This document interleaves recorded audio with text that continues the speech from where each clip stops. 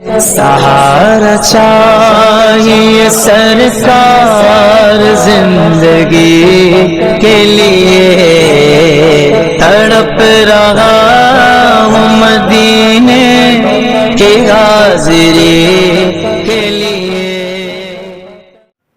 السلام علیکم ورحمۃ اللہ وبرکاتہ۔ پھر میں آپ کے سامنے حاضر ہوا ہوں ایک نیا ٹاپک لے کر کہ سب سے پہلے غور و فکر کرنے کا تصور کس نے دیا ہے۔ جب تک آدمی کسی چیز پر غور و فکر نہیں کرتا تب تک وہ سائنٹسٹ نہیں کہلاتا۔ غور و فکر کرنے کے بعد جو نتیجہ نکلتا ہے تو لہٰذا اس نتیجے کے بعد اگر وہ نتیجہ بہتر ہوتا ہے تو اس کے بعد لوگ اسے سائنٹسٹ کے نام سے یاد کرتے ہیں۔ تو آؤ میں آپ کو یہ بتاؤں کہ سب سے پہلے غور و فکر کرنے کا تصور کس نے دیا۔ اللہ رب العزت کے اس وسیع و عریض کائنات میں اس کی قدرت کی نشانیاں ہر سو نظر آتی ہے۔ قرآنی علوم کے نور سے صحیح معنی میں فیضیاب ہونے کے لیے ہمیں قرآنی آیات پر غور و فکر کرنا ہوگا۔ غور و فکر کرنے کے بعد جب اللہ تبارک و تعالیٰ کی قدرت کا پتہ چلے گا تو انسان اس وقت مالک حقیقی کی بارگاہ میں سر بسجود ہوتا ہوا نظر آئے گا۔ اسلام نے اپنی پہلی ہی وحی کے دن انسانوں کو بلندی اور پستی کی گہرائیوں میں غور و فکر کرنے کا حکم دیا۔ بلندی اور پستی کی گہرائیوں میں غوطہ زن ہونے کا حکم دیا، یعنی علم کے سمندر میں غوطہ لگانے کا حکم دیا۔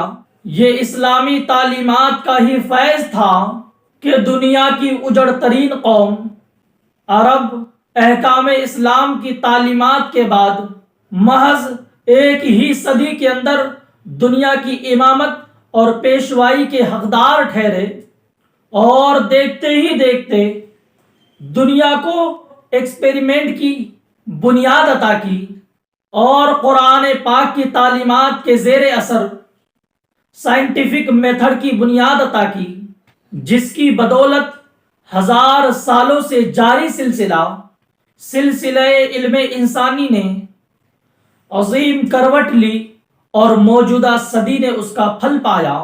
صدی جب کروٹ بدلتی ہے تو ایک ممکن کو حقیقت کا روپ مل چکا ہوتا ہے۔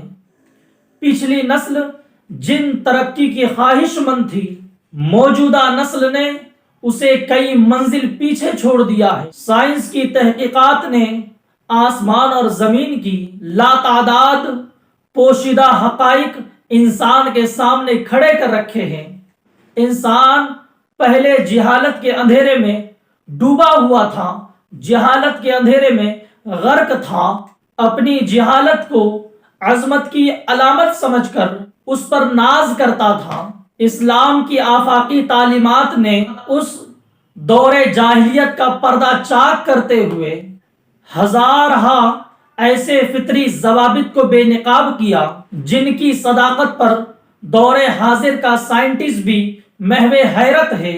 20 اپریل سن 571 کا دن تاریخی انسانیت کے لیے علم و فن، تہذیب و تمدن، سائنس اور ٹیکنالوجی کا تحفہ لے کر طلوع ہوا اور تمام تاریکیوں کو اپنی روشنی سے دور کر دیا، یعنی ہمارے آقا صلی اللہ تعالی علیہ وسلم کی پیدائش نے پوری دنیا کو روشن کر دیا۔ اور اللہ تبارک و تعالی نے اپنے حبیب پر قرآن مجید نازل فرما کر ہم بندوں کو ہدایت، تہذیب اور تمدن کا درس دیا۔ وہی قرآن نے غور و فکر کر کے سائنسی علوم کی بھی فکر عطا کر دی۔ اللہ تبارک و تعالی قرآن مجید میں ارشاد فرماتا ہے، ان فی خلق السماوات والارض واختلاف اللیل والنہار لآیۃ لأولی الالباب، یعنی اللہ تبارک و تعالی ارشاد فرماتا ہے بے شک آسمان اور زمین کو پیدا کرنے میں اور رات اور دن کے بدلتے رہنے میں نشانیاں ہیں اہل عقل کے لیے، یعنی اس آیت میں اللہ تبارک و تعالی غور و فکر کرنے کا حکم دے رہا ہے۔ جب آدمی غور و فکر کرے گا تب جا کر وہ کہیں نہ کہیں سائنٹسٹ بنتا نظر آئے گا، کہیں نہ کہیں وہ اس فہرست میں آئے گا جس کو آج دنیا سائنٹسٹوں کی فہرست کے نام سے یاد کرتی ہے۔ تو سب سے پہلے غور و فکر کرنے کا تصور اگر کسی نے دیا ہے تو وہ اسلام نے عطا کیا ہے۔ بخاری شریف کی حدیث ہے، حضرت عبداللہ ابن عباس رضی اللہ تعالیٰ عنہ سے روایت ہے، وہ فرماتے ہیں کہ میں حضرت میمونہ رضی اللہ تعالیٰ عنہ کے گھر رات میں ٹھہرا اور اسی رات پیارے آقا صلی اللہ تعالی وسلم بھی وہاں پر آرام فرما رہے۔ جب رات کا تہائی حصہ گزر گیا پیارے آقا صلی اللہ تعالی علیہ وسلم بیدار ہوئے، آپ نے آسمان کی طرف نگاہ کر کے آپ نے آیت کریمہ کی تلاوت فرمائی، ان فی خلق السماوات والارض واختلاف اللیل والنہار لآیۃ لأولی الالباب۔ ایک روایت میں ہے کہ جب میرے آقا صلی اللہ تعالی علیہ وسلم نے اس آیت کریمہ کی تلاوت فرمائی اور اس کے بعد آپ نے ارشاد فرمایا کہ حیرت ہے ان لوگوں پر جو ان آیتوں کو پڑھتے ہیں اور اس کے بعد غور و فکر نہیں کرتے ہیں۔ اس آیت سے معلوم ہوا کہ علم جغرافیہ اور سائنس کا حاصل کرنا بھی ثواب ہے، جبکہ اچھی نیت ہو اور شرط یہ ہے کہ اسلامی عقائد کے خلاف نہ ہو۔ اس آیت کریمہ سے ہم کو سائنسی علوم کی ترغیب دلائی گئی ہے، یعنی وہ علم حاصل کرو کہ جس سے غور و فکر کیا جاتا ہے۔